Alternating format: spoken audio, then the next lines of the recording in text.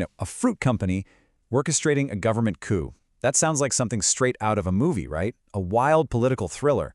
But what if I told you it's a true story? It's a real, historical example of corporate power just running completely wild. So let's get right into this incredible story. And this is something we really need to get our heads around right from the start. We're not talking about, simple lobbying or just political influence. No. We are talking about a company, a brand, directly stepping in to decide the fate of an entire country. The United Fruit Company, well, they weren't just in the business of selling bananas. They were in the business of selling political outcomes. So that's the big question, isn't it? How on earth did a corporation that sold a simple piece of fruit become this powerful? Powerful enough to topple governments? The answer? Well, it's a pretty chilling masterclass in how business, politics, and sheer force can come together. Okay, to really get this, we've got to jump back in time a bit, to the late 1800s. Back then, bananas were this exotic, exciting new thing, but they had one massive problem. They go bad. And they go bad fast. And believe it or not, that one simple fact, that problem, became the key to building an entire empire. And this right here, this is the absolute genius of the United Fruit Company strategy. It's called vertical integration. Basically, they realized that if you want to control the banana, you have to control everything it touches. So, step 1, buy up the land, often for next to nothing. Step 2, build your own railroads just to move the fruit. Step 3, own the ships, the refrigerated ships, to get it to market. You see what they did? By owning every single link in that chain, they didn't just beat their competitors, they made competition impossible. They were the industry. This business model was so powerful, so all-encompassing, that it literally created a whole new term in our vocabulary. You see, the writer O. Henry, he was down in Honduras, and he looked around and saw this country where the entire economy, the entire political system, it all seemed to exist just to serve this one foreign fruit company. And he coined a phrase for it, a banana republic. And we should be clear, this wasn't meant as a joke, it wasn't an insult. It was a dead-on, accurate diagnosis of a new kind of corporate colonialism. All right, so the United Fruit Company had the money, they had the economic power locked down. But the next question is, how do you turn that into raw political control? Well, they had a playbook for that too. And this is how they did it. This is how they turned their workers into, essentially, dependents. Just look at this closed loop they created. You lived in a house owned by the company, you got sick, you went to a company hospital. Your kids need an education? Company school. And here's the kicker. Your wages. They were often paid in something called company scrip, basically fake money that was only good at one place, the company store. And who do you think set the prices there? Yup, the money you earned never, ever left the company's pocket. What about all the infrastructure they built, you might ask? The railroads?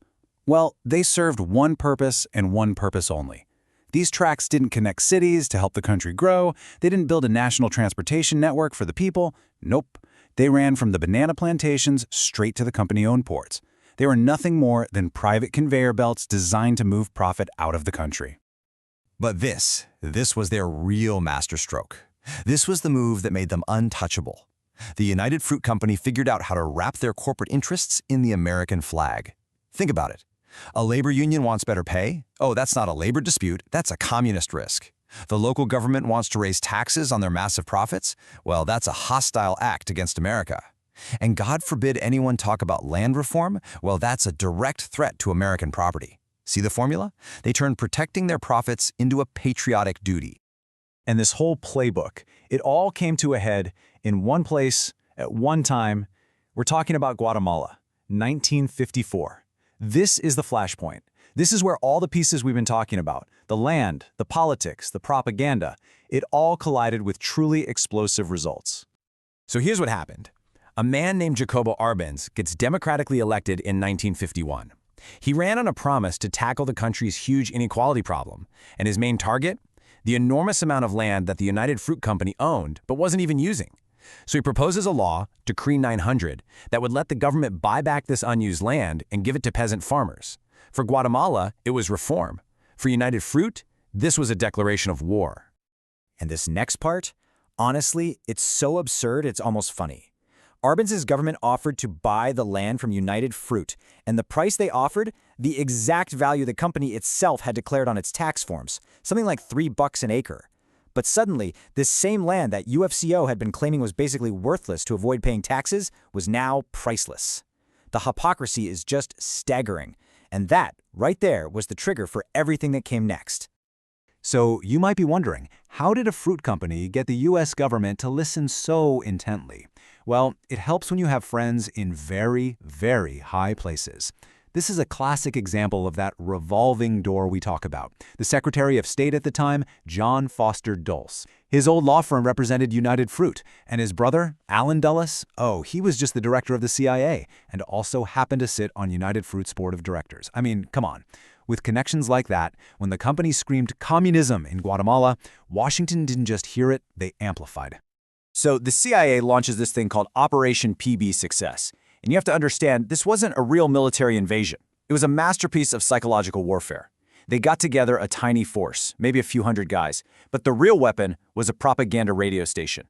They started broadcasting fake news day and night about this huge rebel army sweeping through the country. They created the illusion of a full-blown civil war, and it worked. It completely broke the morale of President Arbenz, convincing him his own army was gone. He resigned, and just like that, the coup was a success, without a single major battle. Now, Guatemala was definitely the most dramatic case, but make no mistake, it was not an isolated incident.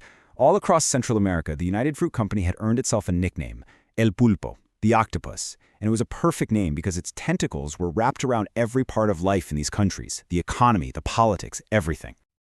Just to give you a sense of the sheer scale of their power, look at this. At its peak, the United Fruit Company's private fleet of ships was bigger than the combined navies of many of the Central American nations where it operated. Let that sink in. This wasn't just a company doing business in a country.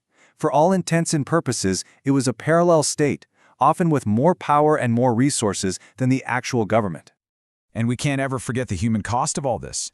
That coup, the one designed to protect a company's land and profits, it plunged Guatemala into a horrifying civil war, a conflict that would last for decades and claim an estimated 200,000 lives.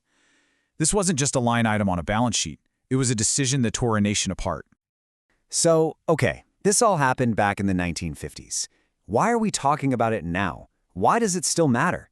Because even though the tactics have changed, that core idea of massive corporate power shaping government policy is arguably more relevant today than it has ever been. Think about it. Back then, it was about private armies and CIA-backed coups. Today, corporations don't really need that. Their power comes from controlling global supply chains, from immense financial leverage, from owning the digital platforms we all live on. The tools are definitely more subtle, right? They've traded the warships for boardrooms. But the fundamental goal, it's exactly the same, to make sure the political landscape is always tilted in their favor. And so that leaves us with this one final and really crucial question. The story of the Banana Republics is a powerful warning, isn't it? It's about what happens when economic power gets so big it completely escapes any real political accountability. It forces us to look around today and ask who's really in charge. Is it the people we elect to govern us, or is it the massive corporate interest that holds so much power to shape their decisions? They say history doesn't repeat itself, but the incentives, well, the incentives sure do.